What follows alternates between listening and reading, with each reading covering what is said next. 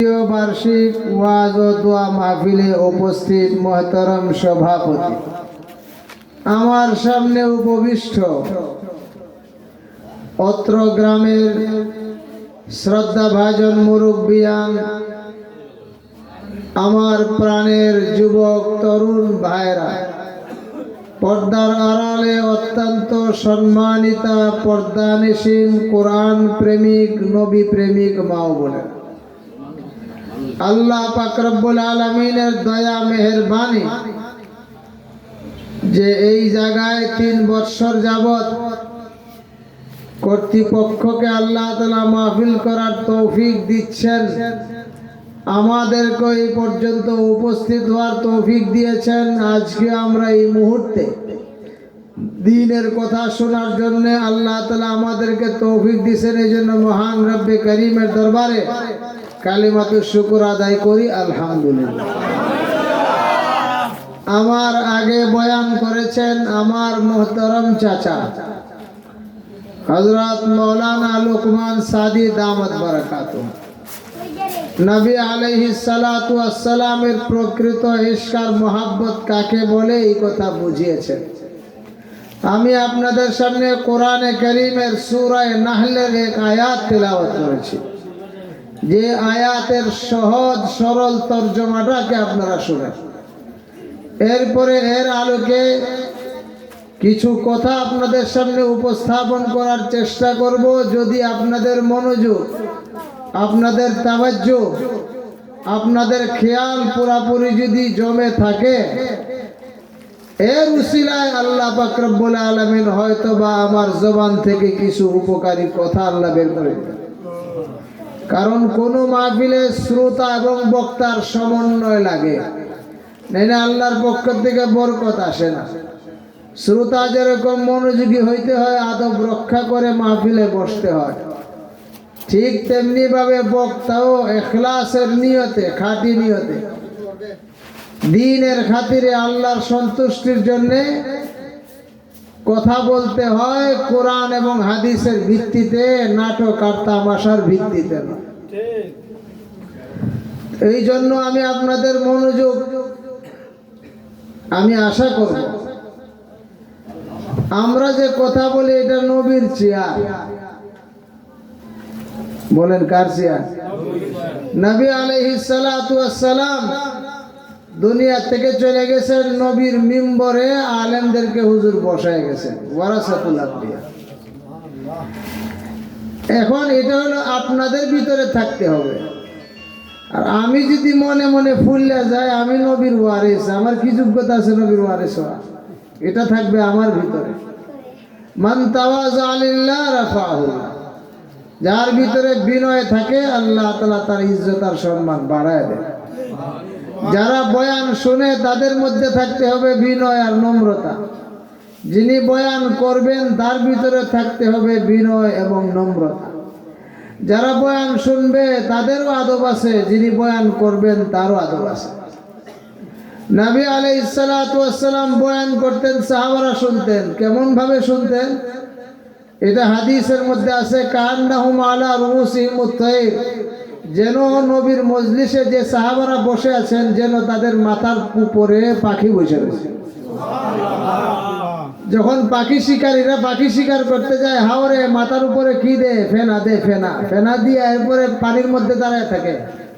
আর একটা শিকারী একটা বগ রে দড়ি দিয়ে বান্ধা ওই মাথার উপরে ফেনার উপরে বসায় রাখে। যখন পাখি আসে বসে, যে লোক পাখি শিকার করবে সে যদি নাড়াচাড়া করে, তাহলে শিকারী পাখি লাগাল পাবে? এটা নাগাল পাবে? এটার অস্তিত্ব লাগাল পাবে না, ছায়াও দেখবে না, সাথে সাথে উড়াই দিয়ে দৌড় দিব। বুঝবো যে তোলে মানুষ আছে। তো সাহাবায়ে কেরাম এরকম ভাবে নবীর কথাকে শুনতেন, এত মনোযোগ যে আমি যদি সামান্য একটু ঘাড় ফিরাই, সামান্য একটু অমনোযোগ হই, তাহলে সরওয়ারে কায়নাত, দুজাহানের সরদার, রাহমাতুল লিল আলামিন, ইমামুল আম্বিয়া, খাতমুল মুরসালিন মুহাম্মদুর রাসূলুল্লাহ সাল্লাল্লাহু আলাইহি ওয়াসাল্লামের পবিত্র জবান থেকে আল্লাহর পক্ষ থেকে যে কথা বলছেন, এই কথা আমি শোনার থেকে বোঝার থেকে মাহরুম হইব, এটা সাহাবারা সহ্য করতে পারতেন। সুবহানাল্লাহ আওয়াজ দিয়ে বলেন। এই জন্য আমি বারবার অনেকে আজ এই ঘটনাটা শোনায়। হযরত আবু হুরায়রা রাদিয়াল্লাহু তাআলা আনহু নবীর হাদিস শোনার জন্য, নবীর কাছ থেকে দ্বীনের ইলম শেখার জন্য নবীর দরবারে এমন মনোযোগের সাথে বসে থাকতেন যে খাবার দাবার পর্যন্ত ভুলে যাইতেন, সংসার ভুলে যাইতেন। এমনকি পানির পিপাসা লাগলে উঠতে যাইতেন না, খাবারের চাহিদা হলে উঠতে যাইতেন না। না খাইতে খাইতে খাইতে খাইতে হযরত আবু হুরায়রা শরীর দুর্বল হইয়া, শরীরে খেচুনি আইসা বেহুশ হইয়া আয়েশা সিদ্দিকার ঘর আর নবীর মিম্বরের মাঝখানে পড়ে রয়েছে। সুবহানাল্লাহ বাড়িতে গিয়ে কইবেন। নবীর সাহাবারা আমাদের জন্য ইমানের মাপকাঠি হবেন না তো কে হবে? সাহাবারা নবীর ইমানের মাপকাঠি মানতে রাজি না কিছু মুসলমান। সাহাবারা ইমানের মাপকাঠি হবেন না তো কে হবে? নবীর সংস্পর্শ থেকে যাইতে রাজি না। এই যে এতক্ষণ আশিকে রাসূলদের পরিচয় শুনলেন, ঘটনা শুনলেন, কথা শুনলেন, কেমন আশিকে রাসূল। আর আমরা কি জাতের আশিকে রাসূল? ওয়াজও শুনে বুড়ো খায়, ওয়াজও শুনে বাদামও খায়, ওয়াজও শুনে মাঝখানে জায়গা পেশাব করতে দূর মেরে, ওয়াজও শুনে আবার জায়গা বাড়ি, ওয়াজও শুনে আবার জায়গা শ্বাস করলে চা খাইতো, আবার ওয়াজের ভিতরে বয়ে থাকে, আবার কথাও বলে। বলেন এরকম বেমার আমাদের আছে না নাই? হযরত আবু হুরায়রা রাদিয়াল্লাহু তাআলা নিজে শুনাইতেছেন নিজের কাহিনী। আমি বেহুশ হয়ে পড়ে রইছি, ফায়াজিউল জাই ওয়া ইয়াজাউ রিজলাহু আলা উনুকি। আমার পাশ দিয়া মানুষ হাইটতে যায় আর আমার গায়ের মধ্যে জুতা রাখে, জুতা দিয়া ফাড়া দে, ফাড়া দিয়া কই বেটা ফকির মিসকিন কইতে গাইছে রে, এখানে পড়ে রইছে, তার মনে হয় মির্কি বেমার হইছে। এই জন্য মানুষের জুতা শুনগায় হযরত আবু হুরায়রা। আবু হুরায়রা বলেন ওয়ামা বিজুনুন ইল্লাল জু।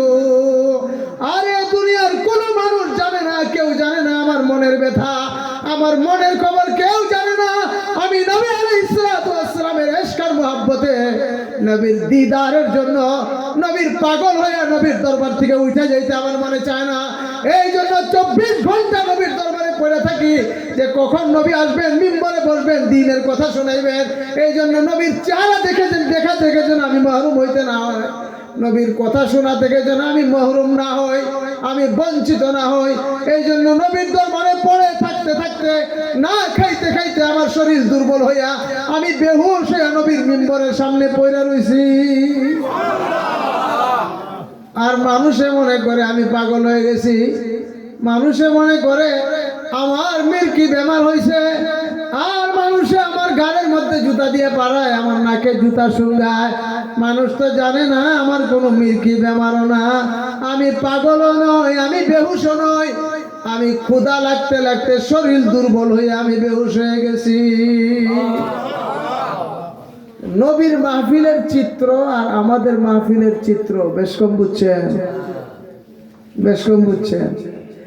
আজকে আমি যে ওয়াজ করতেছি এই ওয়াজ কেমনে ওয়াজ, সামনে আইলে বুঝবেন। যে শুরু করলাম কথা দিয়া, আল্লাহ পাক রব্বুল আলামিন বলেন নারী হোক আর পুরুষ হোক, তোমাদের মধ্যে যারা ঈমানের সাথে নেক আমল করবে।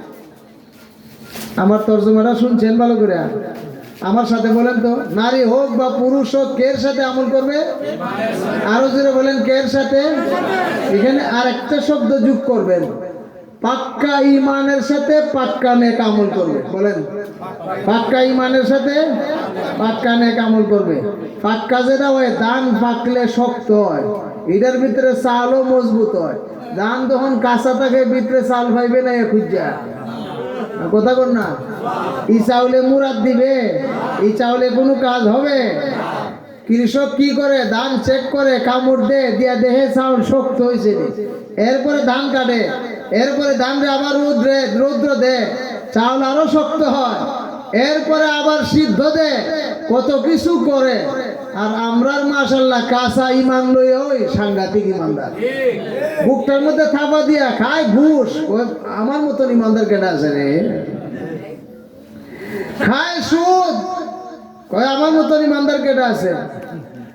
ফাললে মসজিদে গিয়ে ইমাম সাহেবের পিছে মুসল্লাটা দখল করে, মুয়াজ্জিনদের ঠেস আমায় ধরে। আমি সভাপতি, আমি সেক্রেটারি, তুমি যে মিয়া গিয়া ইমাম সাহেবের পিছে খার হইছো, তোমার খবর আছে কিছু? ইমাম সাহেবের পিছনে খার হইব শরীয়তের মাসলা হইল এমন ব্যক্তি যে ইমাম সাহেবের যদি নামাজের মাঝখানে ওযু চলে যায়, ইমামের বাকি ইমামতি যে আদায় করতে পারবে সে দাঁড়াবে ইমামের পিছনে। আর বেটা ঘুষ খাইয়া সুদ খাইয়া গিয়া খার হয় ইমাম সাহেবের পিছনে, আবার মুসল্লা দখল কইরা। কারবারটা দেখছেন আসেনি? এরপরে আবার বুক দাবা দিয়ে কইব আমরার ভিতরেও ইমান আছে, আমরার মতো আমরাও হাক্কা ইমানদার। বাবারে বাবা। আল্লাহ পাক রব্বুল আলামিন বলেন ইমানের সাথে নেক আমল। কোরআনে কোন জায়গায় আল্লাহ পাক রব্বুল আলামিন শুধু নেক আমল করে জান্নাতে যাবে, আল্লাহ তাআলাকে পাইবে, আল্লাহর মহব্বত পাইবে, নবীর মহব্বত পাইবে, কোরআনের কোন জায়গায় আল্লাহ পাক রব্বুল আলামিন এই কথা বলেন নাই। ওই আয়াতের যে মজমুন, যে বিষয়বস্তু, ওই বিষয়বস্তুর উপরে কোরআনে অনেকগুলি আয়াত আল্লাহ তাআলা বলেছেন। প্রত্যেকটা আয়াতের মধ্যে আল্লাহ তাআলা নেক আমলের সাথে ঈমানের শর্ত জুড়ে দিয়েছেন। আমলের সাথে কি শর্ত জুড়াই দিয়েছেন? ঈমান। মান আমিলা সালিহাম মিন যাকারিন আও উনসা ওয়া হুয়া মুমিন। এটা তো আপনাদের সামনে এই একটা আয়াত কইলাম, আরো কোরআনে বহু জায়গায় আছে এরকম। যত জায়গায় আল্লাহ তাআলা আমলের কথা বলছেন, নেক আমল সাথে ঈমান। আমি আপনাদেরকে জিজ্ঞেস করি, ঈমান ছাড়া নেক আমল কবুল হবে? জোরে বলেন, কবুল হবে? একটা মানুষকে বোঝা উঠাইয়া দেওয়া মাথার মধ্যে, দুর্বল মানুষ বোঝা উঠাইতে পারতেছে না, আমি আপনাদেরকে জিজ্ঞেস করি এটার মধ্যে সওয়াব আছে না নাই? এটা নেক আমল কিনা? আল্লাহর রাসূল বলেন, তোমার ভাইয়ের দিকে তুমি চাইয়া মুচকি হাসি দিছো, লাকা সাদাকা। সুবহানাল্লাহ। আল্লাহ রাসূল বলেন, তোমার মুসলমান ভাইয়ের দিকে তাকায় একটা মুচকি হাসি দিছো, এটার মধ্যে আল্লাহ সদকা সওয়াব দিবেন। নেক আমল কারে কয়? যে আমলের বদৌলতে আল্লাহ তাআলা সওয়াব দান করেন, যে আমলের বদৌলতে আল্লাহর কাছে আমরা সওয়াব আশা করি। ঘুষ খাইলে সওয়াব আশা করে? সুদ খাইলে, আরেকজনের উপরে জুলুম করলে, আরেকজনের উপরে মিথ্যা তুহমত দিলে, বলেন মিথ্যা কথা বললে, মিথ্যা সাক্ষী দিলে। আমরা দেশে তো মিথ্যা সাক্ষী যে দেয়, হে কোর্টের বাইরে গিয়েছিল, কিরম হইল রে? কোর্টটা যারা দেখতে কয় ও কিরম হইল, সাফাটা সারলাম যে জজ সাহেবের সামনে ম্যাজিস্ট্রেট কোর্টে দাঁড়াইয়া, মানে মিথ্যা সাক্ষী দিয়ে হ্যাঁ খুব বেড়ার কাম করছে, নিজের বুদ্ধিমান জাহির করতেছে। তো মিথ্যা সাক্ষী দিলে এটা কোনোদিন নেক আমল হয় না, সওয়াব হয় না। মিথ্যা কথা বললে সওয়াব হয় না। আরেকজনের উপরে জুলুম করলে আল্লাহ তাআলা সন্তুষ্টি হয় না। সত্য কথা বললে আল্লাহ তাআলা সন্তুষ্টি হয়। আরেকজনের ন্যায়ের পক্ষে সাক্ষী দিলেও আল্লাহ তাআলার কাছে সওয়াব আশা করা যায়। ন্যায়ের পক্ষে সাক্ষী দিলে না অন্যায়ের পক্ষে মিথ্যা সাক্ষী দিলে, কোনটা সওয়াব? ন্যায়ের পক্ষে সত্য সাক্ষী দিলে এটার মধ্যে সওয়াব আছে না নাই? যদি জীবন বাজে রেখে সাক্ষী দেয়, আল্লাহ পাক রব্বুল আলামিন এর বিনিময়ে যদি তার জীবনও চলে যায়, একটা ন্যায়ের পক্ষে সত্য সাক্ষী দিয়েছে, জীবনও যদি চলে যায় শাহাদাতের সওয়াব পাবে, মর্যাদা পাবে। এখন মিছা কথা কইয়াও বড় ইমানদার। আল্লাহ পাক রব্বুল আলামিন বলে, যদি ঈমানের সাথে নেক আমল করে দুইটা পুরস্কার আল্লাহ দিবেন। কয়টা পুরস্কার? আল্লাহ তাআলা মিথ্যা কথা বলেন, আল্লাহ মিথ্যা আশ্বাস দেন। আমরা তো মিথ্যা আশ্বাস দিয়ে দিয়ে যুগের পর যুগ কাটাই দিতেছি, মাথা না? হ্যাঁ, সংগ্রামের পর থেকে ৫-৫০ বছর আমরা দেশ তো এমনি চলতেছে, খালি মিথ্যা আশ্বাস। বলেন কি আশ্বাস? মিথ্যা আশ্বাস আর মিথ্যা সংবাদ, এগুলি দিয়েই চলছে। আল্লাহ পাক রব্বুল আলামিন কোনদিন মিথ্যা আশ্বাস দিতে পারেন না। আল্লাহ পাক রব্বুল আলামিন মহা সত্যবাদী খালেকের কায়নাত। আল্লাহ তাআলা আমাদেরকে সৃষ্টি করেছেন। আল্লাহ পাক রব্বুল আলামিন কোনদিন জুলুম করতে পারেন না, আল্লাহ মিথ্যা কথা বলতে পারেন না। আল্লাহর নবী, আমাদের নবী মুহাম্মদুর রাসূলুল্লাহ সাল্লাল্লাহু আলাইহি সাল্লাম মিথ্যা কথা বলেন না। মিথ্যা কথা বলা কি নবীর চরিত্র? বলেন, মিথ্যা কথা আল্লাহ বলেন না, মিথ্যা আশ্বাস আল্লাহ দেন না। এই জন্য আল্লাহ সত্য কথা বলেন, আল্লাহ বাস্তব কথা বলেন, আল্লাহ তাআলা সত্য আশা দেন। এই জন্য সত্য আশা যে সত্য কথা বলে সে আল্লাহ তাআলার বন্ধু হয়, নবীর বন্ধু হয়। আল্লাহ পাক রব্বুল আলামিন আমাদেরকে দুইটা পুরস্কারের আশা দিয়েছেন। কয়টা পুরস্কার? একটা হলো নগদ দুনিয়াতে আর একটা আখেরাতে। নগদ দুনিয়াতে আল্লাহ তাআলা বলেন ঈমানের সাথে নেক আমল করো তো আমি আল্লাহ তাআলা তোমাকে দুনিয়াতে পাক পবিত্র হায়াত জিন্দেগানি দান করব। আর আখিরাতে অনন্ত অসীম কালের জন্য জান্নাত আমি আল্লাহ তাআলা তোমার জন্য রেডি রাখছি, প্রস্তুত রাখছি। এখন আসেন ঈমানের সাথে নেক আমল। আমরা দেশে বিল্ডিং ও ফাক্কা, মসজিদ ও ফাক্কা, ঘর ও ফাক্কা, সব ফাক্কা। কথা কন না হাসান আনিসা? বিল্ডিং ও ফাক্কা, ঘর ও ফাক্কা, রাস্তাও ফাক্কা, সব ফাক্কা। মাশাআল্লাহ, ফাক্কা ফাক্কা করতে করতে এখন নদীর তলে দিয়েও ফাক্কা রাস্তা, সব পাক্কা। আমাদের ঘর পাক্কা, মসজিদ পাক্কা, রাস্তা পাক্কা, বিল্ডিং পাক্কা, সব পাক্কা, কিন্তু আমাদের ঈমান আর আমল কাচ্চা। আর একটা জামানা ছিল মানুষের ঘর ছিল কাঁচা, মাটির ঘর ছিল, সনের ঘর ছিল, রাস্তাও ছিল কাঁচা। এক সময় রিচির রাস্তা পাক্কা ছিল না, মাটির রাস্তা ছিল। হবিগঞ্জের শহরটা ছাড়া বাকি আশপাশে হবিগঞ্জ থেকে নবীগঞ্জের রাস্তাটাও ছিল। আমি ছোটবেলায় দেখছি কাঁচা রাস্তা, শহর ছিল কাচ্চা, বাড়ি ছিল কাচ্চা, বাথরুম ছিল কাচ্চা, মসজিদ ছিল কাচ্চা, রাস্তা ছিল কাচ্চা, ঘর ছিল কাচ্চা, কিন্তু মানুষের ঈমান আর আমল ছিল পাক্কা। আর এই জামানায় সব পাক্কা, কিন্তু ঈমান আর আমল হইল কাচ্চা। আগে ঘরে ধাক্কা দিলে ঘর পড়ে গেছে, ঘর কাঁচা। আর আজকে ঘরে ধাক্কা দিলে ঘর পড়ে না, কিন্তু সামান্য খুসা দিলে ঈমান নইরা যায়, সামান্য খুসা দিলে আমল শেষ হয়ে যায়। খালি যদি একটু প্রস্তাব দেওয়ান যা মুরব্বী সামনে, বিচারটা যেতে আমার পক্ষে না, একটু চেকটা দিলে একটু আপনার অ্যাকাউন্ট শেষ মাতুন না। হ্যাঁ, আপনারা কষ্ট হইতেছে আমার কথা। হ্যাঁ, কই যাই মা, নামাজ তো ঠিক হই, রোজাদারও ঠিক হই, হজলাও ঠিক হই, হাজি সাহেব গাজী সাহেব সব ঠিক আছে। আরে বাবা রে বাবা, হাজি সাহেব হাজি না করলে তো বেজার, আমার বেজ্জুত করে নিছে। আমি ঢাকা কাপাসিয়া মাদ্রাসার মুহাদ্দিস ছিলাম 5 বছর, বহুত বড় মাদ্রাসা। ঢাকা ইউনিভার্সিটির একজন প্রফেসর, উনি চালান কওমি মাদ্রাসা। চিন্তা করছেন? ঢাকা ইউনিভার্সিটির প্রফেসর, এই লম্বা দাড়ি, আবার পিসা বনি, আর চালান কওমি মাদ্রাসা, লক্ষ লক্ষ টাকা ব্যয় করেন। আমি তো 20 বছর আগে পড়াইছি, কয়েকদিন আগে গিয়া দেখি কি যে বানাইছে মাদ্রাসা রে, আল্লাহু আকবার, বিশাল বড়। তো এই মাদ্রাসায় পড়াই গেছি আমরা, তো কওমি মাদ্রাসা চলে সাধারণ চাঁদায় মানুষের, কোরবানির চামড়া, এটা আপনারা খুব ভালো জানেন। তো মাদ্রাসার পক্ষ থেকে আমি উস্তাদ গেছি ছাত্র নিয়ে, গিয়া মাদ্রাসা থেকে চিঠি দেওয়া হয়, তো আমি চিঠি লিখছি, চিঠির মধ্যে ওনার নাম লিখছি। আমি কি জানি হবিগঞ্জের বেটা, প্রথম গিয়া শিক্ষক হয়েছি, আমার জন্য নাম কইছে, আমি নাম লিখছি, আমি আলহাজ লিখছি, ইন্না লিল্লাহি ওয়া ইন্না ইলাইহি রাজিউন। যেই খালি গিয়া ওনার কাছে আমি সিডি দিছি, বাড়ির সামনে গিয়ে ডাক দিয়া সিডিটা এমনি পড়ছে, পয়রে সারি দিয়ে চোখ এমন গরম হয়েছে। আর এর লেগে আপনারা মতো মৌলবীরারে দেখতারি না। আমি কি অপরাধ করলাম? আপনারা জানেন না হজ করলে যে আলহাজ লেখন লাগে? আপনি মৌলবী আলেম হয়ে আপনি সর্বনাশটা করছেন কি? আমার নামের শুরুতে আপনি আলহাজ কেন লিখলেন না? চান্দা তো দিমু দূরের কথা, আপনাকে অপমান করা দরকার, আপনি করছেন নাকি? আমার ধমকায় টমকাইয়া সর্বনাশ, কত বড় অন্যায় অপরাধ করছি, আলহাজ লিখছি না।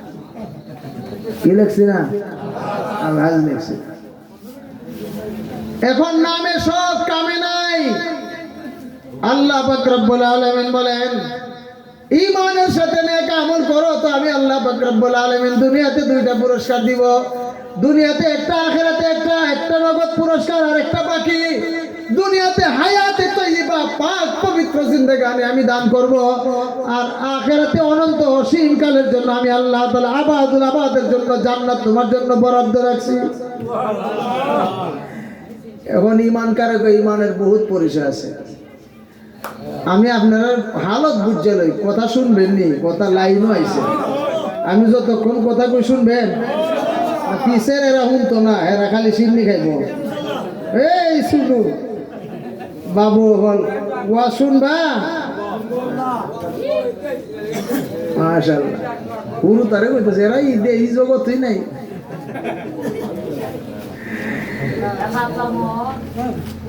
এটাই বরকত হবে, জেনে রাখেন। আজকালের বাচ্চারা একদিন বড় হবে, কি হবে আমরা কেউ জানি না, কিন্তু ওয়াজ মাহফিল থেকে তাদের দিলের ভিতরে যে আসর নেওয়া যাবে, এটাই ভবিষ্যতে কাজ হবে।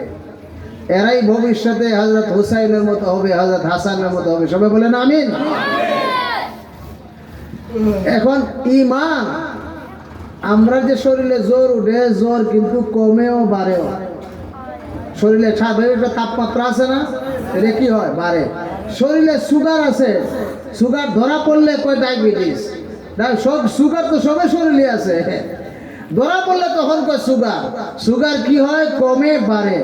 প্রেসার আছে, প্রেসার কমে বাড়ে। আমরা যেরকম প্রেসার কমে বাড়ে, কোনোদিন দেখছেন লাল না হলুদ প্রেসার? জন্ডিসে তো যারা দিলে বোঝা যায় হলুদ হলুদ বাইরে, এটা একটা কালার আছে, ওই জন্ডিস চোখে হলুদ। প্রেসার দেখছেন কোনোদিন লাল না কালা? ঠান্ডা না গরম? ডায়াবেটিসের সুগার যে ঠান্ডা না গরম, কালা না দোলা, দেখছেন কোনোদিন? এরকম ভাবে হার্টের পালস, এটা মাপার জন্য মেশিন আছে, প্রেসার মাপার জন্য মেশিন আছে, যন্ত্র আছে, ডায়াবেটিস মাপার জন্য যন্ত্র আছে, মেশিন আছে। ডায়াবেটিস শরীরের ভিতরে একটা অবস্থা, সুগার এটা বাড়ে কমে, প্রেসার বাড়ে কমে, বেশি বাড়লে হাই, একবারে কমে গেলে লো, আর যদি স্বাভাবিক থাকে মাঝামাঝি প্রেসার ঠিক আছে। ঠিক না বেঠিক? এটা মাপার জন্য যন্ত্র আছে। এইরকম ঈমান, আমাদের দিলের ভিতরের একটা অবস্থার নাম হলো ঈমান। ওই ঈমান বাড়ে এবং কমে। আল ঈমান ইয়াজিদু ওয়া ইয়ানকুসু। আমরা যখন হাদিসের কিতাব পড়াই, ঈমানের আলোচনা যখন আসে, তখন ঈমান যে বাড়ে কমে, ঈমান ইয়াজিদু ওয়া ইয়ানকুসু। সপ্তাহ, 2 সপ্তাহ, 3 সপ্তাহ, আমাদের উস্তাদরা মাস পর্যন্ত চলে গেছে শুধু ঈমানের আলোচনায়। আপনারা কয় ঘন্টা ওয়াজ শুনেন? শুধু ঈমানের আলোচনা মাস পর্যন্ত চলে যায়। আমরাও যখন হাদিসের কিতাব পড়াই, সর্বপ্রথম আসে কিতাবুল ঈমান, মিশকাত পড়ে কিতাবুল ঈমান, বুখারী কিতাবুল ওয়াহির পড়ে কিতাবুল ঈমান। এরকম ভাবে সমস্ত হাদিসের কিতাবগুলির মধ্যে এরকম কিতাবুল ঈমান, ঈমানের অধ্যায় সর্বপ্রথম। ঈমানের আলোচনা করতে করতে মাস চলে যায়, সারা হাদিসের কিতাব পড়ে রয়েছে, এত আলোচনা। এর মধ্যে একটা আলোচনা ঈমানের মধ্যে, ঈমান বাড়ে কমে। বলেন ঈমান বাড়ে। এখন আপনারা কইবেন হুজুর অত তা আপনারা ক্লাসের সবক আমরা বুঝতাম না, সহজ ভাষায় বুঝান ঈমান বাড়ে কমে, আর যদি কোনো হাদিস থাকে আপনারা বুঝাই দেন। সবই তো আমরা ঈমানদার। বলেন এখানে বেঈমান কেউ আছে? বলেন হাত তুলে দেন। আমরা সবাই বলেন, আমরা সবাই ঈমানদার।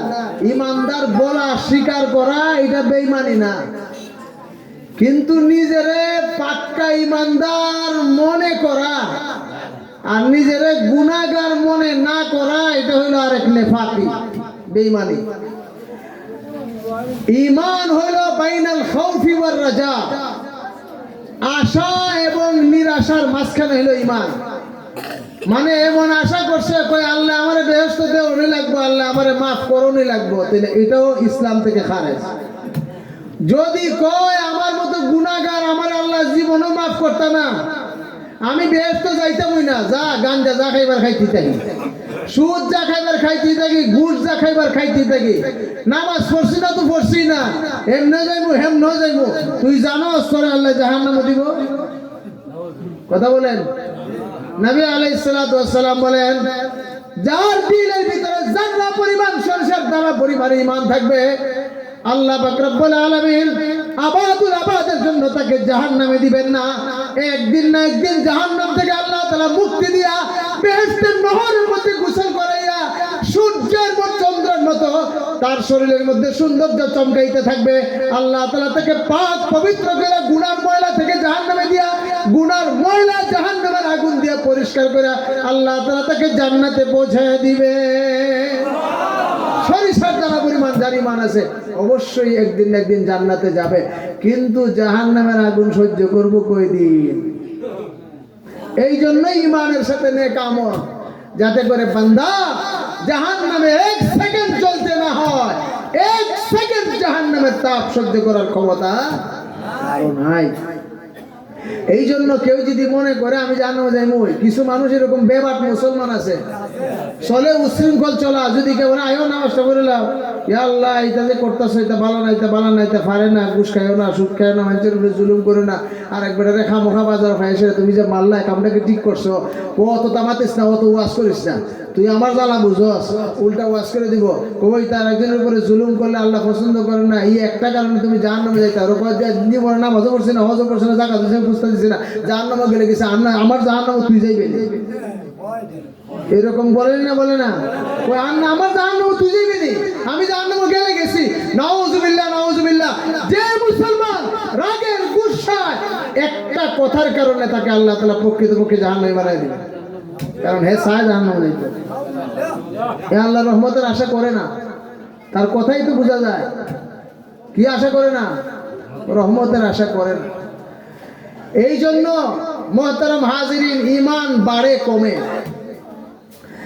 এখন আমার ঈমান কতখান আছে, সবই তো নিজের হাতে 3.5 হাত না, আগেই তো বলছি সবই ঈমানদার। এখন আমি যে ঈমানদার, আমার ভিতরে ঈমান আছে কতখান? জ্বরের মিটার আছে, ডায়াবেটিসের মিটার আছে, প্রেসারের মিটার আছে, সব কিছুর মিটার আছে, যন্ত্র আছে। আমাদের নবী মুহাম্মদুর রাসূলুল্লাহ সাল্লাল্লাহু আলাইহি ওয়াসাল্লাম উম্মতের জন্য কত মায়া আর কত দয়া। আজকে যদি নবী থাকতেন, নবীকে জিজ্ঞেস করতাম, নবী একটু আমার ঈমানটারে চেক করে দেন, নবী আমার ঈমান চেক করতেন, কারণ নবীর কাছে আল্লাহ তাআলার পক্ষ থেকে ওহী আসে। নবী মুনাফিক চিনতেন, কারণ মুনাফিকদের চরিত্র, তাদের স্বভাব, তাদের পরিচয়, তাদের বংশের নাম, তার বাবার নাম, তার পরিচয় আল্লাহ তাআলা ওহীর মাধ্যমে নবীকে জানায় দিতেন। আজকে নবী নাই, আমার ঈমান নবীর কাছে গিয়ে চেক করব কেমনে? নবী আলাইহিস সালাতু ওয়াস সালাম বলেন, আমি দুনিয়াতে তো থাকবো না, আমি দুনিয়াতে থাকবো না ঠিক, কিন্তু ঈমানের মিটার তোমাদের হাতে ধরায় দিছি, ওই ঈমানের মিটার দিয়া তুমি নিজের ঈমানকে মাইপে দেখো, তোমার ঈমান কত ডিগ্রি আছে। সুবহানাল্লাহ বলে। আজকে যদি ইরিসের মাহফিলে আমি যদি কই বলে আমার গাড়ির পিছে রাজ্যে একটা ডায়াবেটিসের মেশিন আছে, অনেকটি প্রেসারের মেশিন আছে, বিনামূল্যে বিতরণ করা হবে, আমারে ফারাইয়া চেষ্টা করে নেব, মাইকে যদি কোন যায় ওরে দিয়া যা, একটা জায়গা 5টা নিবার লেগে পাঞ্জাবি ছিঁড়ে নেব, হ্যাঁ, জাকাতের শাড়ি নিতে গিয়া ফারার তলে বইরা 9 জন শেষ। কয়েক বছর আগের খবর। যদি এখন এই কথা কই, অফার দেয়, উপায় আছে আমার, আস্তা গাড়ি গুড়ি ভেঙে নেবো গ্লাস। আর নবী আমাদেরকে মাগনা ঈমান মাপার মেশিন দিয়ে গেছে। সুবহানাল্লাহ বলেন। কোনটানে ঈমান মাপার মেশিন লাগবে নি, দিতাম নি, হ্যাঁ বুঝলো ঈমান মাপার। عن أبي أمامة رضي الله تعالى عنه قال سأل رجل رسول الله صلى الله عليه وسلم ما الإيمان؟ قال رسول الله صلى الله عليه وسلم إذا سرتك حسنتك وساءتك سيئتك فأنت مؤمن। রাসূল করিম সাল্লাল্লাহু আলাইহি ওয়াসাল্লাম কে একজন সাহাবীকে জিজ্ঞেস করেন, হুজুর ঈমান কি? আমি বলি এটা ঈমান কি? তো কইছেন ঈমানের পরিচয়।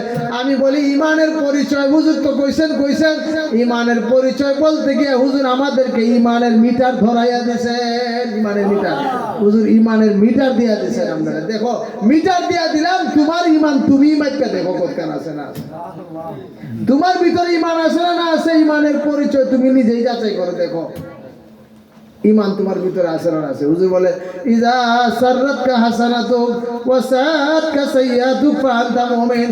খুব ছোট্ট সমাধান দিয়েছেন, খুব ছোট্ট, একবারে সস্তা, আপনারা মনে রাখতে পারবেন, এক কথায় উত্তর শেষ। হুজুর বলেন তোমার নেক আমল যদি তোমাকে আনন্দ দেয়, তুমি নেক আমল করলে যদি তোমার ভালো লাগে, তুমি নামাজ পড়লে যদি তোমার আরো নামাজ পড়তে মনে চায়, রোজা রাখলে যদি আরো রোজা রাখতে মনে চায়, রোজার মাস আসছে, রোজার মাস আসার আগেই মনের ভিতরে আনন্দ, হায় হায় কোন দিন রোজা আসবে, রোজা রাখবো, রোজা রাখলে কতই না ভালো লাগে, রোজা রাখলে কতই না আনন্দ লাগে, রোজার আগে রোজার জন্য প্রস্তুতি হয়ে যায়। আমাদের সমাজ তো পাল্টায় গেছে, দেশও পাল্টায় গেছে। আমাদের বাংলাদেশে যখন রোজা আসে তখন এক ধরনের দুর্নীতিবাজ ব্যবসায়ী আরেক ধরনের সাংবাদিকরা আছে পত্র পত্রিকার আগেই দ্রব্য মূল্যের দাম বাড়ায় দিবে, সংবাদ প্রচার করা শুরু করবে।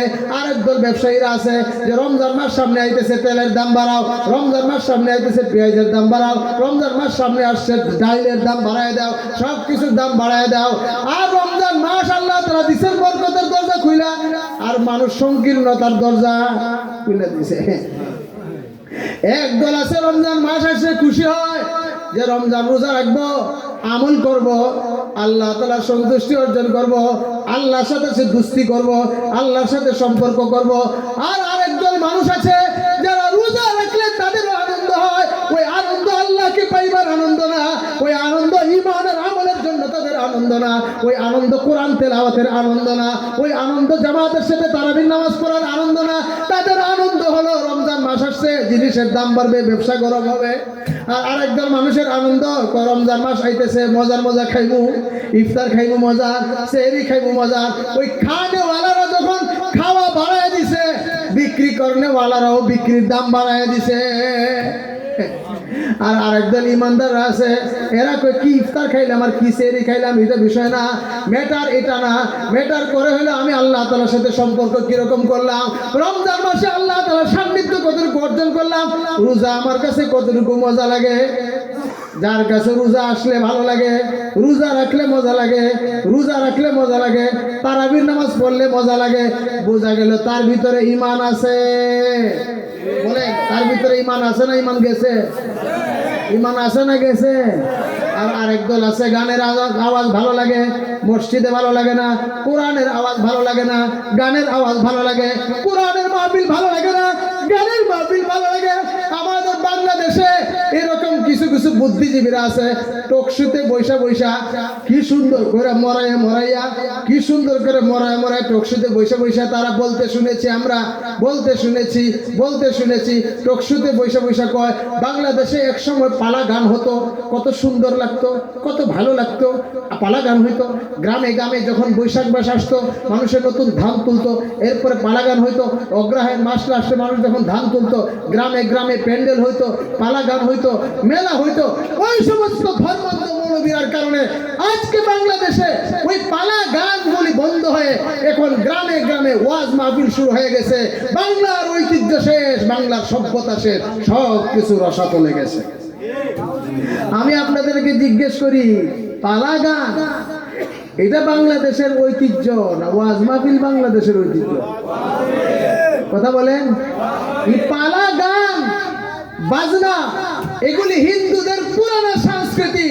এই বাংলাকে জয় করেছেন ইখতিয়ার উদ্দিন মোহাম্মদ বিন বখতিয়ার খিলজি। বাংলাদেশে হাজার বৎসরের ইতিহাস, বাংলাদেশে ওয়াজ মাহফিল হয়েছে, দ্বীনি মাহফিল হয়েছে। এরপরে ভালো ভালো পুঁতির আসর বসতো, ভালো ভালো পুঁতির।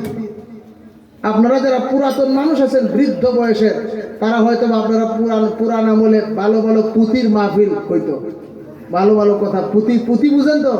পুঁতির মাহফিল, অনেক পুরানো মানুষ আছে পুঁতি পারে। আমার রায়দরের বড় আব্বা ছিলেন শেখ আসাদুল্লাহ রহমতুল্লাহ আলাই, আব্বাজি রহমতুল্লাহ আলাইয়ের নানা লোকমান সাদি সাহেব, যে উনার আপন দাদা, উনার পুঁতির বই আছে, আমরা দেখছি এখনো আছে সংরক্ষিত। এই পুঁতিগুলি মাহফিলের মধ্যে পড়া হইতো, মানুষ চোখের পানি ফেলাইতো, কাঁদতো। কত বড় সর্বনাশ করছে মৌলবীরা, ওয়াজের মাহফিল পাতায়া দিয়া গ্রামে গ্রামে যুবকরা আগে গানের মাহফিল করাইতো। ওই যুবকদের জেহেন চিন্তাকে ডাইভার্ট করে ওই সমস্ত মৌলবীরা এখন ওয়াজ মাহফিল করায়। যুবকরা অন্ধকারে ডুবে গেছে, তারা ধর্মান্ধ হয়ে গেছে, সব বাংলাদেশের মানুষকে ধর্মান্ধ বানায় দিতেছে। বলেন তো দেখি, এটা ঈমানের 1 নম্বর আলামত? বলেন না। যারা এই সমস্ত চিন্তা লালন করে, যারা এই সমস্ত কথা বলে, এরা ঈমানদার? গাঞ্জা খাইতে যার কাছে ভালো লাগে ঈমানদার, গুনার কাম করলে যার ভালো লাগে ঈমানদার, গান শুনলে যার ভালো লাগে ঈমানদার, গাঞ্জা খাইলে, সুদ খাইলে, ঘুষ খাইলে যার ভালো লাগে এটা কি ঈমানদার? আমরা বাংলাদেশে এমন কিছু মুসল্লি আছে, মসজিদে যায় নামাজ পড়ে, যদি দেখে ইমাম সাহেব 1 মিনিট পরে আইসা সর্বনাশ করছে, বোঝা গেছে সবচেয়ে বড় অপরাধটা ইমাম সাহেব করছে, কেড়ে 1 মিনিট পরে মসজিদ আইলো।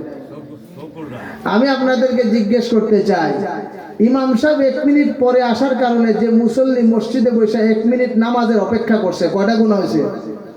আমার আছে প্রত্যেকটা কথার জবাব দেওয়ার লাগবো।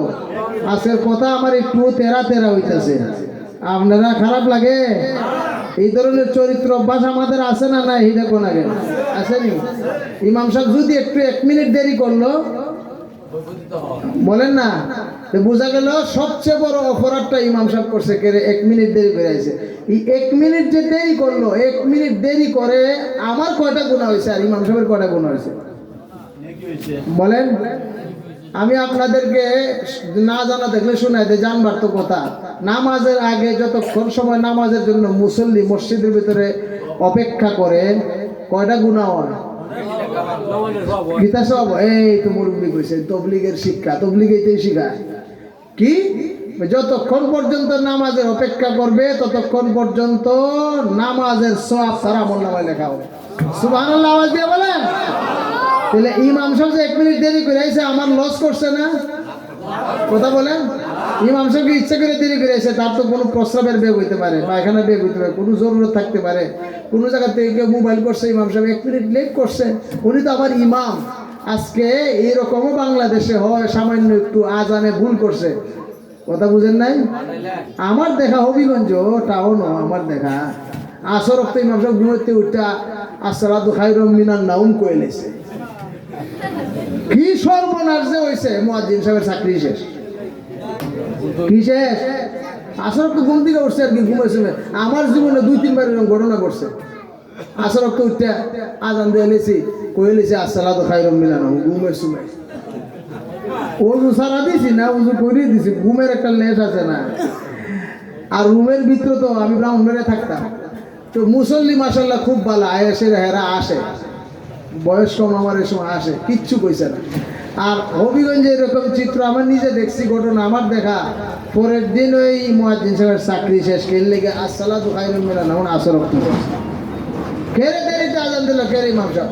বলেন তো দেখি, এটা দৃষ্টান্ত দিলাম, আমাদের এই অভ্যাসগুলি পরিবর্তন করা দরকার সমাজ থেকে আমাদের। যদি মসজিদে একটু দেরি হয়, নেক তো আমার হইলো, আমল আমার হইলো, ইমাম সাহেব দেরি করে আমল লাভ করে দিছে। তাহলে নেক আমল করলে যার আনন্দ লাগে, নামাজ পড়লে যার ভালো লাগে, এটা ইমানের আলামত। ওয়াজ মাহফিলে বসে অপেক্ষা করলে, ওয়াজ শুনলে যদি মজা লাগে, এটা ইমানের আলামত। তাহলে বুঝবো আমার ইমান আছে। আর যদি ওয়াজ মাহফিলে বসলে আমার তিতা লাগে, কোরআনের তেলাওয়াত শুনলে যদি আমার তিতা লাগে, খারাপ লাগে, অশান্তি লাগে, তাহলে বোঝা গেল আমার ইমান কম, ইমান বাড়ে নাই। কোরআনের তেলাওয়াত শুনলে ইমান বাড়ে। আল্লাহ পাক রব্বুল আলামিন কোরআনে কারীমে প্রশংসা করেছেন সাহাবায়ে কেরামদের, প্রশংসা করেছেন আল্লাহর ওলিদের, প্রশংসা করেছেন আল্লাহ তাআলার প্রিয় বান্দাদের। আল্লাহ বলেন, ওয়াইযা তুলিয়াত আলাইহিম আয়াতুহু যাদাতুহুম ঈমানা ওয়া আলা রাব্বিহিম ইয়াতাওয়াক্কালুন। আল্লাহ পাক রব্বুল আলামিন বলেন, যখন তাদের সামনে কোরআনের আয়াত তেলাওয়াত করা হয়, কোরআনের আয়াত তেলাওয়াত করার সাথে সাথে তাদের দিলের ভিতরে এমন এক জজবা পয়দা হয়, এমন এক চেতনার সৃষ্টি হয়, এমন ভাবে তাদের ঈমানের মধ্যে স্পৃহা আসে যে তাদের ঈমান বাড়তেই থাকে।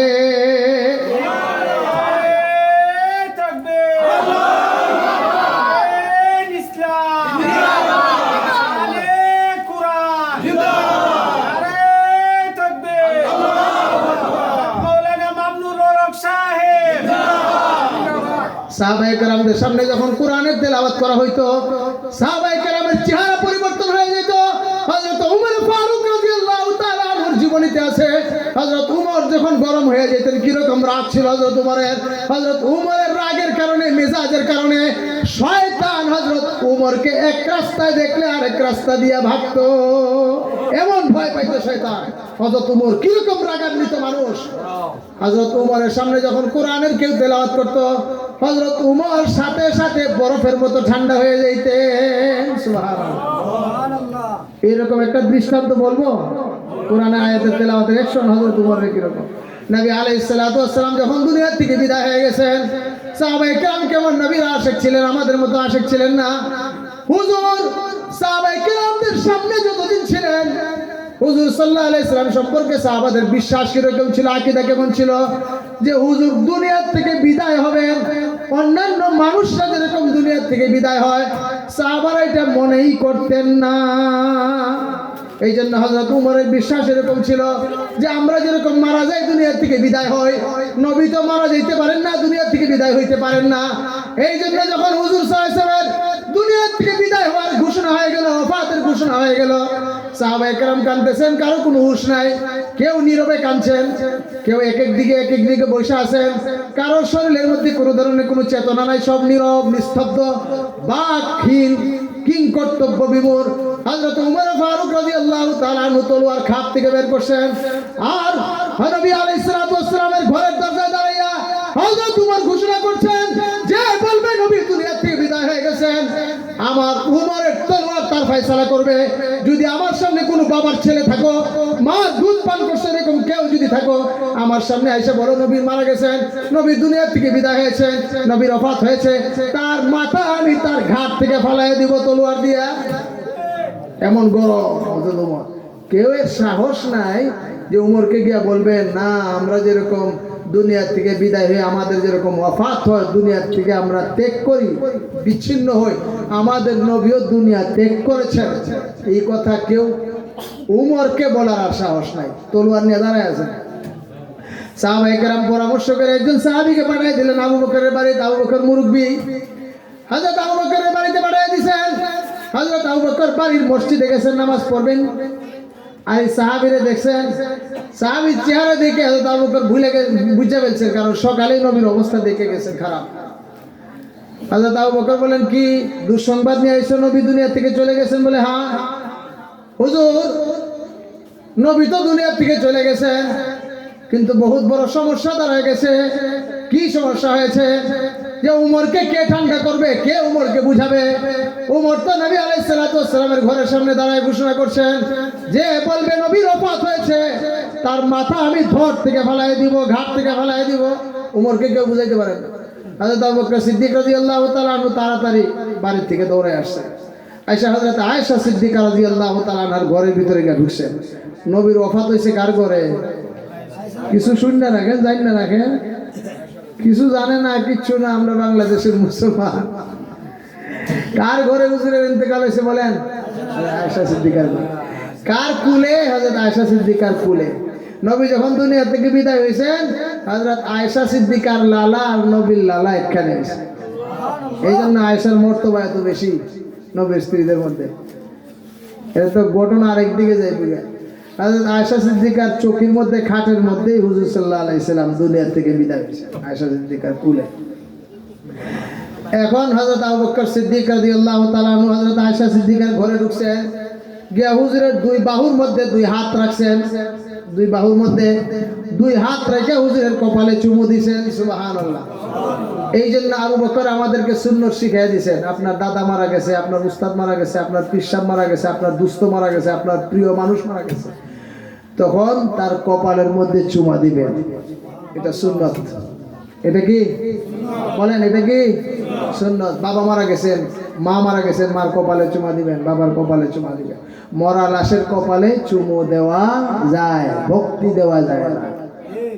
মরা মানুষকে সেজদা করা যায় না, মরা মানুষকে ভক্তি দেওয়া যায় না, কবরে সেজদা করা যায় না, কবরের সামনে ভক্তি দেওয়া যায় না।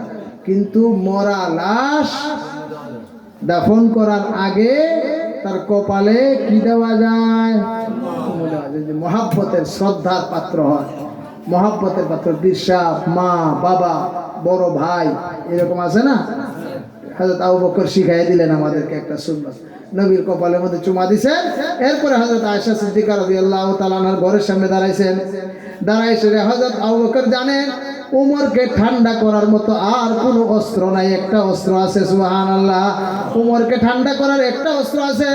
উমরের সামনে কোরআনে কারীমের আয়াত তেলাওয়াত করলে হযরত উমর যত গরম থাকেন, যত পাগলামি করেন, যত বেশি করেন, কোরআনের আয়াত তেলাওয়াত শোনার সাথে সাথে হযরত উমর ঠান্ডা হয়ে যায়।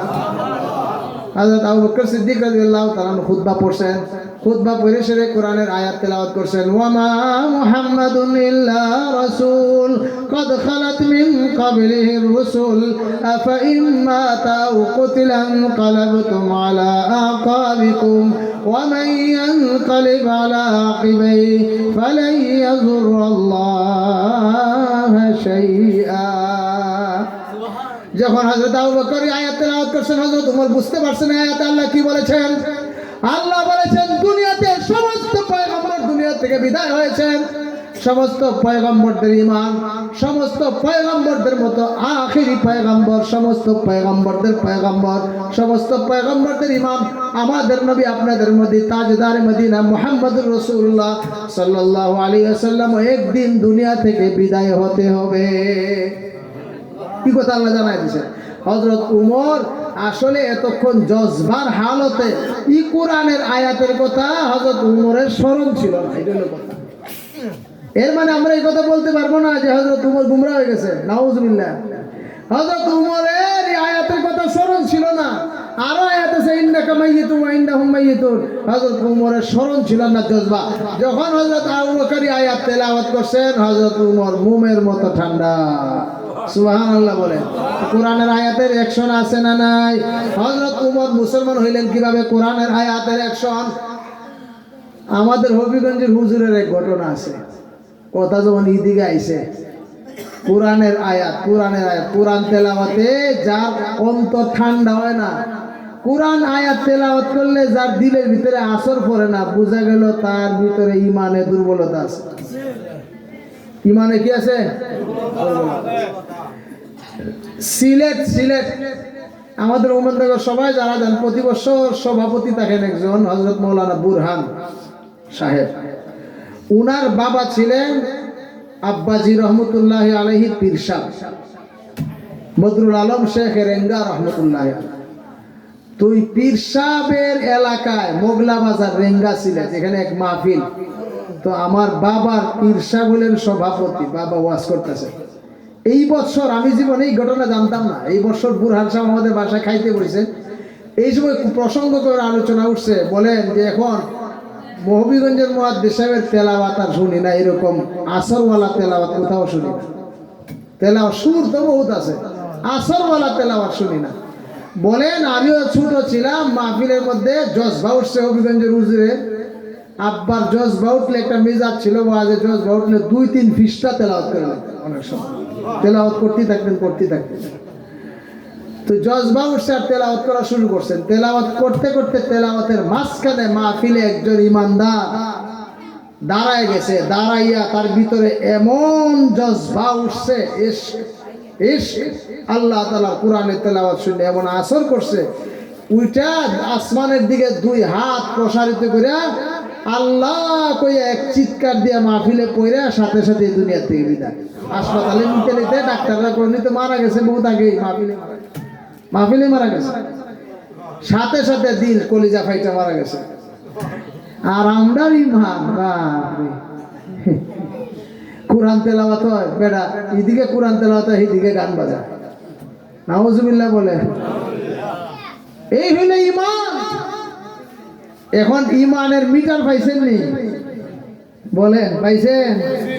এখন চেক করেন যেত না আমার ভিতরে কতটুকু ইমান আছে না নাই, কম আছে না বেশি আছে। ইজা সাররাতকা হাসানাতুক ওয়া সাআতকা সাইয়্যাতুক ফাআনতা মুমিন। আল্লাহ পাক রব্বুল আল্লাহ রাসূল সাল্লাল্লাহু আলাইহি ওয়াসাল্লাম বলেন, নেক কাম করলে যদি তোমার ভিতরে জজবা আসে, আল্লাহ রাসূলের ইশকার মহব্বত, আল্লাহর মহব্বত, নবীর মহব্বত যদি দিলের ভিতরে জাগ্রত হয়, আল্লাহ রাসূলের মহব্বত যদি অন্তরের ভিতরে জাগ্রত হয়, তাইলে বুঝা যাবে ভিতরে ঈমান আছে। আর হাজারো দিনের কথা ওয়াজ মাহফিল শোনার পরেও দিলের পরিবর্তন হয় না, মনের পরিবর্তন হয় না, নামাজের দিকে আগ্রহ জাগে না, তাহলে বোঝা গেল আমার ঈমানের দুর্বলতা আছে। তাহলে বোঝা গেল 2 কম থাকলে ঈমানের চিকিৎসা করতে হবে। প্রেসার যদি কম থাকে ডাক্তারের কাছে গেলে ডাক্তার পরামর্শ দিবে, ওষুধ দিবে, প্রেসার বাড়াইতে হবে। যদি প্রেসার বেশি থাকে তাহলে ওষুধ দিবে প্রেসার কন্ট্রোল হওয়ার জন্য, আছে না নাই? বেমারের জন্য যেরকম ডাক্তারের কাছে প্রেসক্রিপশন আছে, ঔষধ আছে। আমার ঈমান যদি কমে, আমার ঈমান যদি একবারে চলে যায়, আল্লাহ রাসূল বলেন যখন কোন মুমিন মুসলমান জিনা করে এসব ইমান তার অন্তরের ভিতর থেকে বাইরে তার মাথার উপরে লটকিয়া থাকে। নাউজুবিল্লাহ বলেন। ইমান ভিতরে থাকে না, ইমান ভিতর থেকে বাইরে কই থাকে বলেন না, কই? ও মাথার উপরে ইমান লটকাইয়া থাকে। আমি বানাইয়া কই না কথা, কথা বুঝেছি। কত বড় জঘন্য চিন্তা করছেন, কিন্তু বেটা সুদ খাইতেছে, ঘুষ খাইতেছে, জুলুম করতেছে, এরপরও বড় ইমানদার। এখন আসেন ইমানের আলোচনা গেল। আল্লাহ তাআলা কি বলেন? মান আমিলা সালিহান মিন যাকারিন আও উনসা ওয়া হুয়া মুমিন। ইমানের সাথে যদি নেক আমল করে, পাক্কা নেক আমল করতে হবে। যদি নেক আমল পাক্কা না হয়, ইমান পাক্কা না হয়, তাহলে পুরস্কার পাবে? কথা বলেন। সাধারণ যুক্তিতে আমরা বুঝি, বেটারে রাখছে দোকানে কর্মচারী, এ করে বক্কর চক্কর, কেস থেকে সন্ধ্যাবেলাতে আমারে এবারে কাস্টমার হইলে দুর্ব্যবহার করে, কাস্টমার হইলে অলসতা করে, আইসে দোকানে হে কত্তান করে আইলে ওই কত্তবারের দোকানও নাই, মালিক এই জায়গায় কই গেছিলে, হে বাইরে গিয়ে মোবাইলে টুনটুনি করতেছে। টুনটুনি টুনটুনি বুঝুননি? মোবাইল টুনটুনি। হ্যাঁ, দোকানের ডিউটি ঠিক মতো করে না, অফিসের ডিউটি ঠিক মতো করে না। বলেন তো দেখি, পুরস্কার দিব, বেতন দিব না চেঁচা দিব?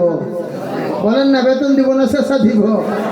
তাহলে নেক আমল, যে নেক আমলের বদৌলতে আল্লাহ পাক রব্বুল আলামিন আমাকে দুনিয়াতে আখিরাতে পুরস্কার দান করবেন, জান্নাত দিবেন। হয় জান্নাত নাইলে জাহান্নাম, দুইটার একটা। জান্নাতের বিপরীত কি? জাহান্নাম। তাহলে নেক আমলের বিপরীত হইল গুনাহ। তাহলে নেক আমল যদি করে, তাহলে নেক আমল হইতে হবে পরিশুদ্ধ নেক আমল, পাক্কা নেক আমল হইতে হবে। এটারে আমি পাক্কা কইছি, পরিশুদ্ধ নেক আমল হইতে হবে। আমরা দেশে এরকম বহুত ওই নেক আমলের একটা কথা কয়েছিল, আমার কথা সঙ্গে করে নিতেছে, ছেড়ে দেব। নেক আমল, এই নেক আমলের মধ্যে একটা বিষয় আলোচনা করি, এটা জরুরি, আমাদের জন্য দরকার।